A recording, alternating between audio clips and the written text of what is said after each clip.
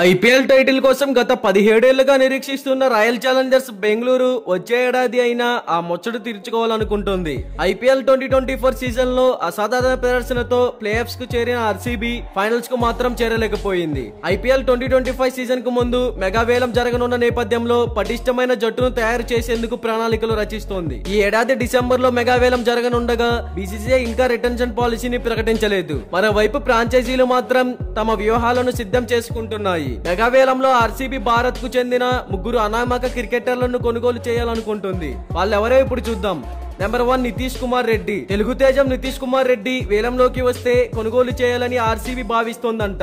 Pace all rounder అయిన నితీష్ కుమార్ రెడ్డిని తీసుకుంటే టీమ్ కాంబినేషన్ లో సమతూకం వస్తుందని భావిస్తోంది. ఐపీఎల్ 2024 సీజన్ లో సన్ రైజర్స్ హైదరాబాద్ తరపున నితీష్ కుమార్ రెడ్డి సంచలన ప్రదర్శన చేశాడు. ఎమర్జింగ్ ప్లేయర్ అవార్డును కూడా అందుకున్నాడు. భవిష్యత్తులో అతను టీమిండియా స్టార్ గా ఎదిగే అవకాశం కూడా ఉంది. ఈ క్రమంలో నితీష్ కుమార్ రెడ్డికి ఆర్సీబీ అధిక ప్రాధాన్యత ఇస్తోంది. అయితే నితీష్ కుమార్ రెడ్డిని సన్ రైజర్స్ హైదరాబాద్ రిటైన్ చేసుకునే అవకాశాలు ఎక్కువగా ఉన్నాయి. నెంబర్ 2 శశాంక్ సింగ్.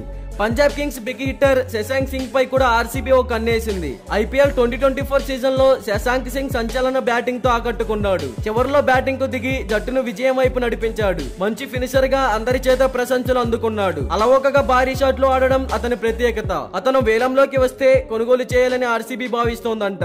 అయితే పంజాబ్ కింగ్స్ శశాంక్ సింగ్ ను వదులుకునే అవకాశాలు చాలా తక్కువ ఉన్నాయి. నెంబర్ 1 మహిపాల్ లోమ్రోర్.